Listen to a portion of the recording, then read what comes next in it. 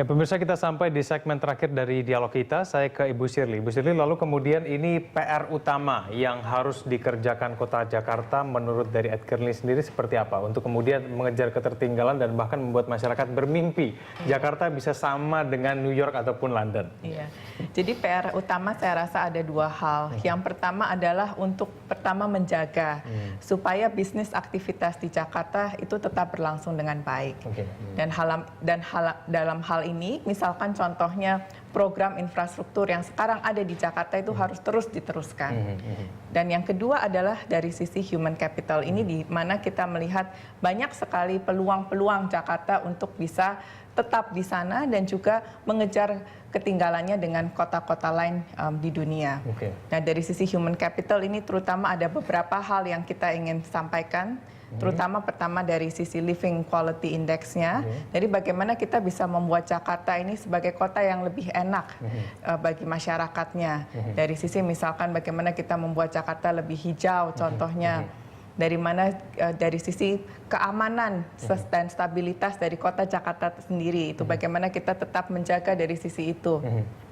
Dan juga yang ketiga dari sisi kultur budayanya, gimana kita bisa mendekatkan masyarakat ini supaya mencintai kotanya. Nah, ini aktivitas-aktivitas ini yang harus dibangun. Ibu Sri kan sudah peringkat 1 Jakarta, apakah kemudian riset kemudian 2 tahun lagi ini sudah bisa dimasukkan ke dalam negara-negara global cities tadi itu supaya bisa bersaing dengan negara-negara dunia?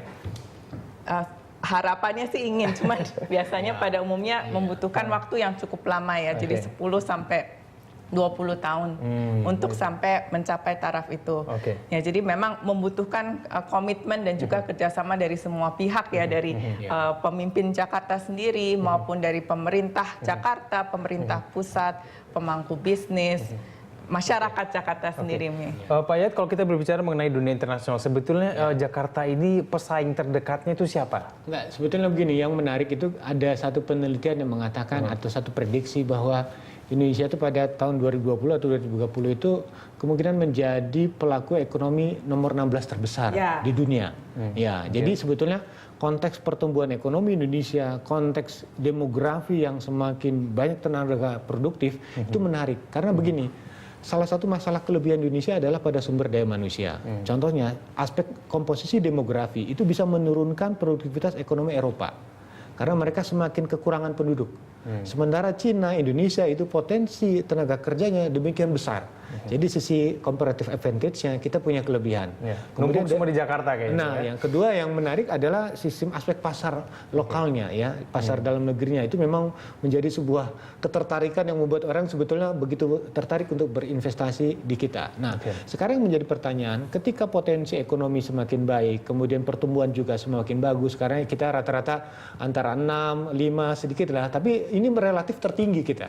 Nah, yang menjadi pertanyaan adalah pembangunan kemajuan yang terjadi di Jakarta juga terkait dengan ekonomi global, juga terkait dengan ekonomi pertumbuhan secara nasional. Jadi sekarang pertumbuhan secara nasional berpengaruh terhadap pertumbuhan kota itu sendiri. Nah, Jakarta kita ketahui adalah magnet bukan hanya pada konteks globalnya, tapi juga pada konteks regionalnya.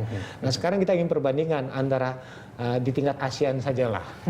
Jelas kalau dengan Singapura mungkin sulit, masih jauh. Karena sekali lagi besaran itu kan juga tergantung dari besarnya investasi secara nasional ya kan. Jadi bukan hanya sekedar di skala kotanya. Jadi itu ada pengaruhnya. Yang kedua, kalau kita ingin mendorong menjadi kota yang global, itu juga aspeknya bukan hanya pada aspek livable-nya, tapi juga sistem pelayanannya. Jadi bagaimana para investor yang masuk ke Indonesia itu mendapatkan satu kepastian. Kepastian investasi, kepastian perizinan, kepastian terhadap aspek pembebasan tanah misalnya. Sekarang ini banyak pembangunan kita terganjal kepada pengadaan tanahnya, itu menjadi masalah. Ketika ini berlarut-larut, sementara namanya uang itu tidak boleh berlarut-larut, nah, maka otomatis ini harus diperbaiki.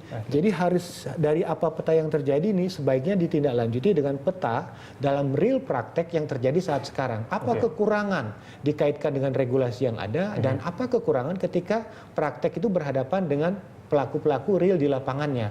Nah, dari itu sebetulnya input yang terbaik dari data yang terbaru, kita perbaiki aturan-aturannya, kemudian kita perbaiki pelayanannya, yang terakhir adalah perbaikan terhadap pelayanan infrastruktur. Tanpa itu berat. Oke. Karena kita harus membenahi pelabuhan, Ya, membenahi jalan, jalan. membenahi angkutan umumnya, membenahi sektor perumahan. Sebetulnya satu catatan penting, jangan putus asa. Oke. Kita punya mimpi besar. Kita Iya. tunggu 10 sampai 20 tahun lagi ya, Jakarta akan seperti apa. Baik, terima kasih Bu Siti telah bergabung bersama kami. Pak Yayat, terima kasih. Terima kasih banyak. Terima kasih. Selamat siang, Pak Yayat.